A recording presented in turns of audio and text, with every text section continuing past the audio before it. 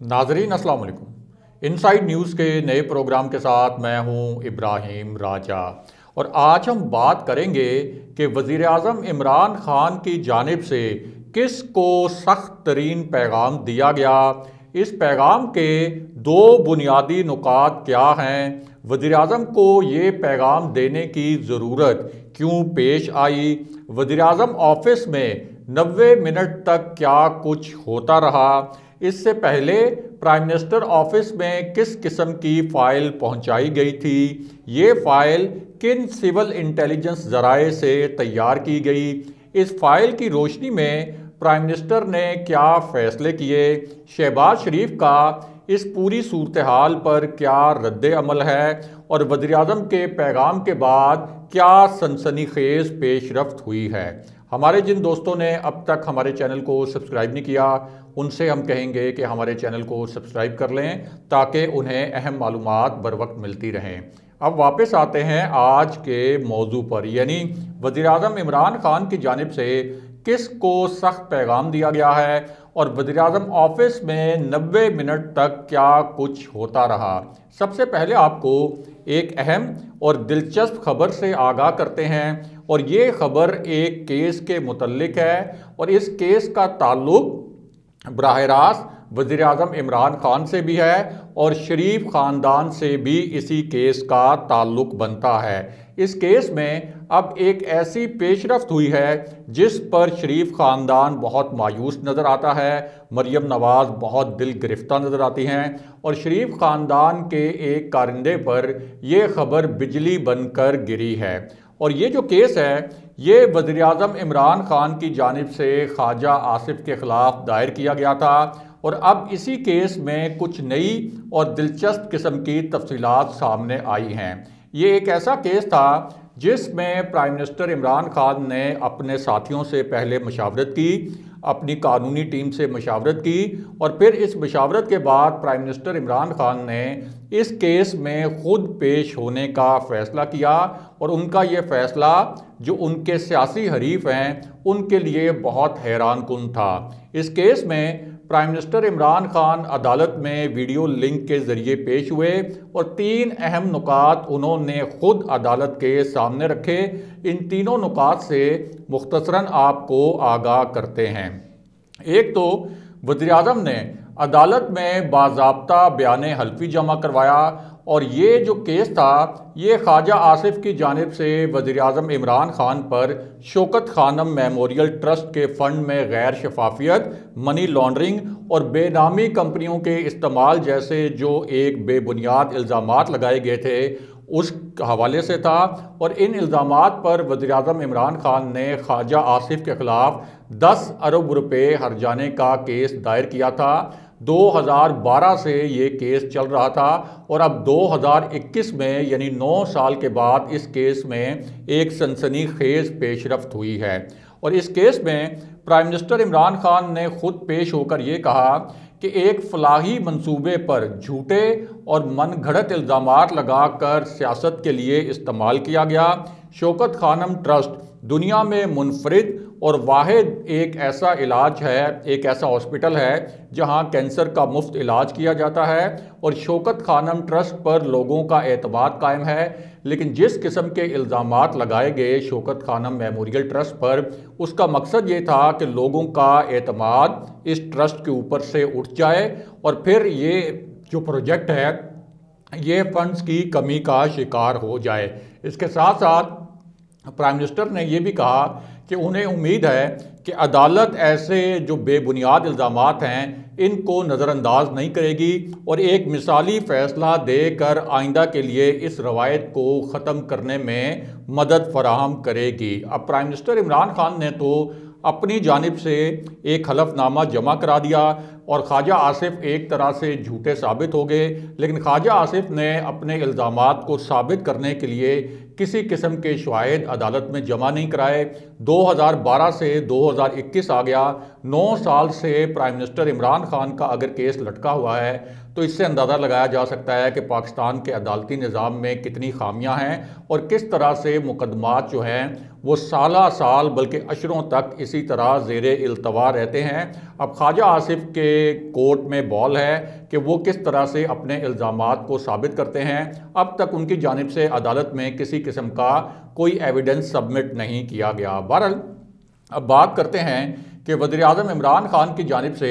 किस को सख्त पैगाम दिया गया और वज़ीर-ए-आज़म ऑफिस में 90 मिनट तक क्या कुछ होता रहा। साथ ही आपको मुख्तसरन ये भी बताते हैं कि शहबाज शरीफ के लिए क्या बहुत बुरी खबर आई है और इस खबर का वज़ीर-ए-आज़म ऑफिस में होने वाली एक हसास नौयत की मीटिंग से क्या ताल्लुक़ है, जहां एक ताकतवर शख्सियत भी शरीक थी। तो मामला यह है कि शहबाज शरीफ के ख़ानदान यानी उनकी अपनी और उनके अहले खाना की जो मनी लॉन्ड्रिंग थी, उस हवाले से जो मुकदमा था उसमें अब कुछ नए और नाकाबिले यकीन और धमाका खेज़ किस्म के इंकशाफात सामने आए हैं। और ये ऐसे इंकशाफात और हक़ाइक़ हैं जिनकी अब ऑफिशली और सरकारी सतह पर बाज़ाब्ता तस्दीक की गई है और शरीफ ख़ानदान की जानिब से इन नए हक़ाइक़ और इन नए इंकशाफात की तरदीद नहीं की गई। इन नए हक़ाइक़ के मुताबिक शरीफ ख़ानदान की मलकियत रमज़ान शुगर मिल्स के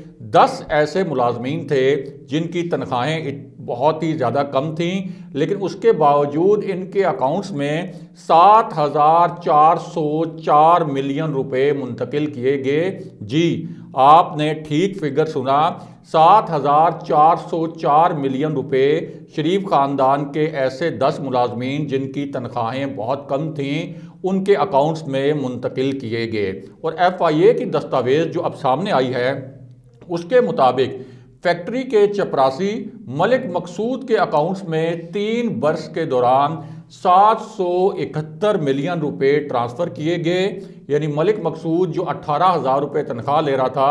उसके अकाउंट्स में 3 बरस के दौरान 771 मिलियन रुपए की ट्रांजैक्शंस की गई। और एक और कैशियर था जिसका नाम मोहम्मद असलम बताया गया, उसके अकाउंट में तो 1781 मिलियन रुपए मुंतकिल किए गए। ये एक कैशियर था मोहम्मद असलम, इसकी तनख्वाह भी 30,000 रुपये से ज़ायद नहीं थी और इसके अकाउंट में 1781 मिलियन रुपए मुंतकिल किए गए। इसके साथ साथ इन्हीं दस्तावेज़ में ये भी बताया गया कि रमज़ान शुगर मिल्स के क्लर्क अज़हर अब्बास के अकाउंट में 480 मिलियन रुपए मुंतकिल किए गए। 480 मिलियन रुपए एक क्लर्क जिसका नाम अज़हर अब्बास है उसके अकाउंट में उसको बताए बगैर मुंतकिल किए गए। इसी तरह एक और क्लर्क का नाम बताया गया कि खिज़र हयात उसका नाम था, उसके अकाउंट में 1425 मिलियन रुपए मुंतकिल किए गए। एक स्टोर कीपर था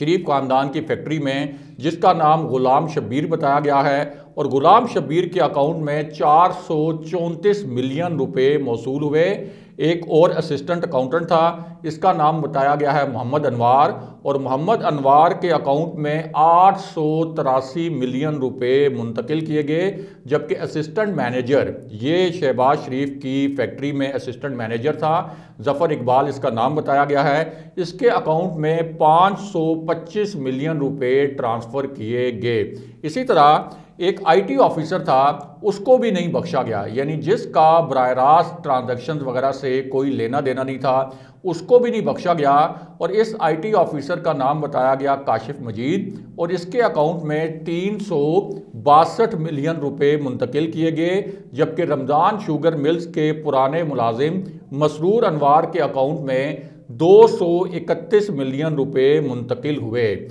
और ये जो दस्तावेज़ है जो मुसद्दका शक्ल में अब एक चालान की सूरत में पेश भी की जा चुकी है अदालत में, इसी दस्तावेज़ में ये भी बताया गया कि रमज़ान शुगर मिल्स के DEO तनवीर के अकाउंट में 512 मिलियन रुपए मौसूल हुए। और FIA ने चालान में ये भी मेंशन किया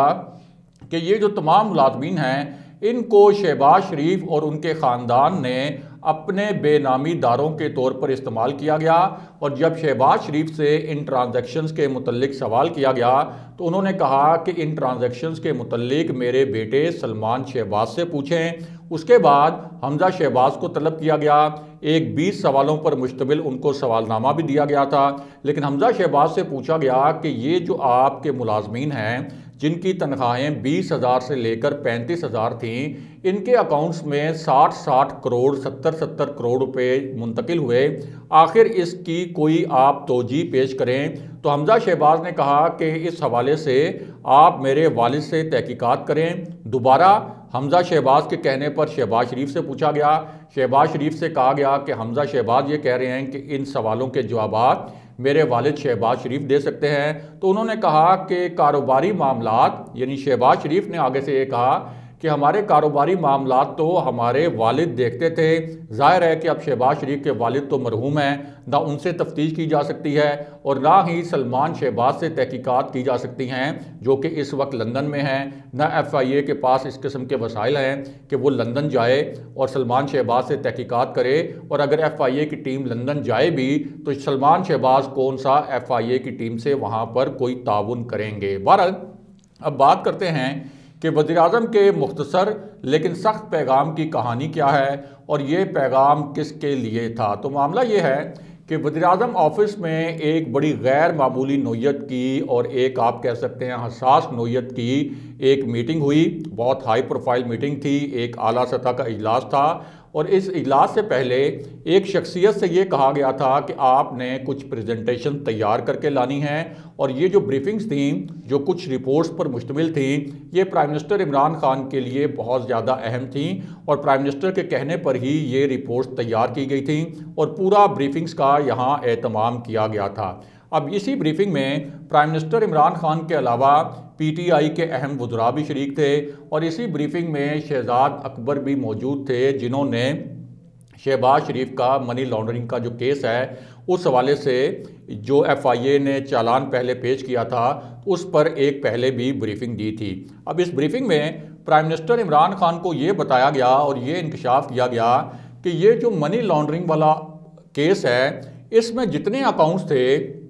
ये बराह रास्त शहबाज शरीफ और हमजा शहबाज ने डायरेक्ट ऑपरेट किए। यानी ऐसा नहीं था कि जिस तरह से आसिफ अली जरदारी का एक जाली अकाउंट्स वाला केस सामने आया था तो उसमें आसिफ अली जरदारी ने फिर भी ऑन द सेफ साइड खुद वो अकाउंट्स ऑपरेट नहीं किए थे, अगरचे बाद में शवाहिद मिले कि इनडायरेक्टली आसिफ अली जरदारी उन अकाउंट्स को ऑपरेट करवाते रहे, लेकिन डायरेक्टली वो इन्वॉल्व नहीं थे। लेकिन इस केस में बताया ये गया कि शहबाज शरीफ और हमजा शहबाज इन अकाउंट्स को डायरेक्टली ऑपरेट करते रहे। सिर्फ एक फैक्ट्री से 16 अरब रुपए की मनी लॉन्ड्रिंग हुई। वज़ीर-ए-आज़म को ये भी बताया गया कि FIA के चालान में 28 अकाउंट्स जो हैं उनकी ऐसी तफसीलात सामने लाई गई हैं जो मुख्तलिफ बैंक से हासिल की गई थी। शहबाज शरीफ के ये जो मुलाजमीन हैं, शहबाज शरीफ ने इन मुलाजमीन के ज़रिए इन शवाहिद को काउंटर नहीं किया, यानी ये नहीं कहा कि ये जो बैंक अकाउंट्स की तफसीलात हैं ये कुछ जाली हैं या इन अकाउंट्स में ये रकूम मुंतकिल नहीं की गई। और साथ ही शहजाद अकबर का ये भी कहना था कि इतने अब ठोस शवाहिद मौजूद हैं कि कोई मुआवजा ही शहबाज शरीफ को गिरफ्तारी से बचा सकता है। यानी अगर अदालतें अगर किसी मखसूस वजह से शहबाज शरीफ को रिलीफ दे दें, बिल्कुल उसी तरह जैसे शहबाज शरीफ ने लंदन जाने के लिए जब लाहौर हाई कोर्ट में एक दरख्वास्त दायर की थी तो रजिस्ट्रार ऑफिस ने उसके ऊपर एतराज़ात आयद किए, लेकिन एक ही दिन में वो एतराज़ात दूर किए गए। उसके बाद एक ही दिन उसकी समाअत हुई। उसके बाद एक ही दिन में ये कहा गया कि वफाक का नुमाइंदा वफाक से वफाक की ओपिनियन लेकर अदालत में जमा कराए। एक ही दिन के अंदर अंदर शहबाज शरीफ के केस पर फैसला आया और शहबाज शरीफ इतने पुरएतमाद थे कि उनके हक़ में फ़ैसला आएगा कि उन्होंने एक दिन पहले ही अपने लंदन के टिकट्स भी बुक करवा लिए थे और उनको लाहौर हाई कोर्ट ने लंदन जाने की इजाज़त भी दे दी थी। लेकिन प्राइम मिनिस्टर इमरान खान ने आखिरी वक्त में कार्रवाई करते हुए शहजाद अकबर के ज़रिए जो इमिग्रेशन हुकाम हैं उन्हें ये एक हदायत जारी की थी कि शहबाज शरीफ को एयरपोर्ट पर रोका जाए। और उसके बाद जब सुप्रीम कोर्ट में ये मामला आया था और हुकूमत ने लाहौर हाई कोर्ट के फैसले के खिलाफ जब सुप्रीम कोर्ट में अपील दायर की तो सुप्रीम कोर्ट के रिमार्क्स ये थे कि लाहौर हाई कोर्ट ने शहबाज शरीफ के केस में जितनी तेज़ी का मुजाहरा किया और जितनी तेज़ी से शहबाज शरीफ को रिलीफ दिया गया, ये एक बहुत ही गैर मामूली बात थी और बहुत ही गैर मामूली केस था। यानी तासुर ये था कि शहबाज शरीफ को मखसूस हालात में रिलीफ दिया गया। अब ये जो मुआवजे वाली बात हुई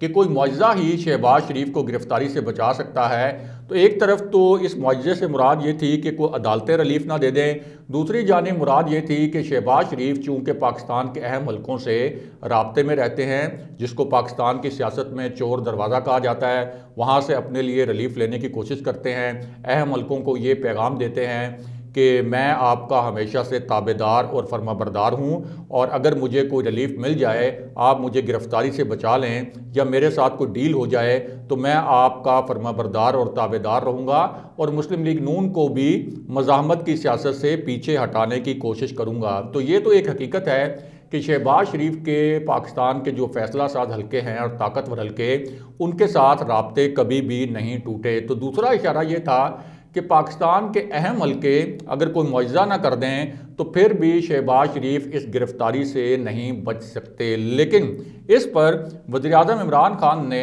दो जवाबी नुकात पेश किए। एक तो उनका ये कहना था कि हमारा ये पुख्ता अज़्म है कि शहबाज शरीफ के मनी लॉन्ड्रिंग केस को हम मंतकी अंजाम तक पहुँचाएँगे। कौम का जो पैसा था मनी लॉन्ड्रिंग के लिए इस्तेमाल हुआ, किसी भी सूरत और किसी भी कीमत पर मैं एहतसाब से पीछे नहीं हटूंगा।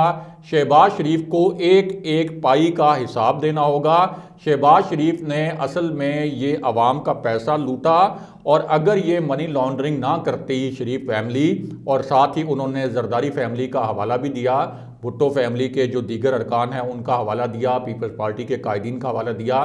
कि अगर ये मनी लॉन्ड्रिंग और इतने बड़े पैमाने पर ख़ुद भी करप्शन ना करते और पूरे निज़ाम को करप्ट ना करते तो आज मुल्की हालात ऐसे ना होते। दूसरा, वज़ीर-ए-आज़म ने ये पैगाम भी दिया कि ये इंश्योर किया जाए कि शहबाज शरीफ के ख़िलाफ़ अगर इतने मजबूत किस्म के शवाहिद मौजूद हैं तो अदालतें किसी भी सूरत उनको रिलीफ ना दें, यानी शरीफ ख़ानदान अदालतों को दोबारा से मैनेज ना कर सके। इसके साथ साथ इस तासुर पर कि शहबाज शरीफ को पाकिस्तान के अहम हल्के यानी ताकतवर हल्के भी कोई गिरफ्तारी से बचा सकते हैं, इस पर प्राइम मिनिस्टर इमरान खान ने बड़े वाज़ेह अंदाज में कहा कि वो किसी भी सूरत ऐसा नहीं होने देंगे। शहबाज शरीफ का केस मेरिट पर आगे चलना चाहिए, और अगर शहबाज शरीफ खुद को इन इल्ज़ामात से क्लियर नहीं करवा पाते,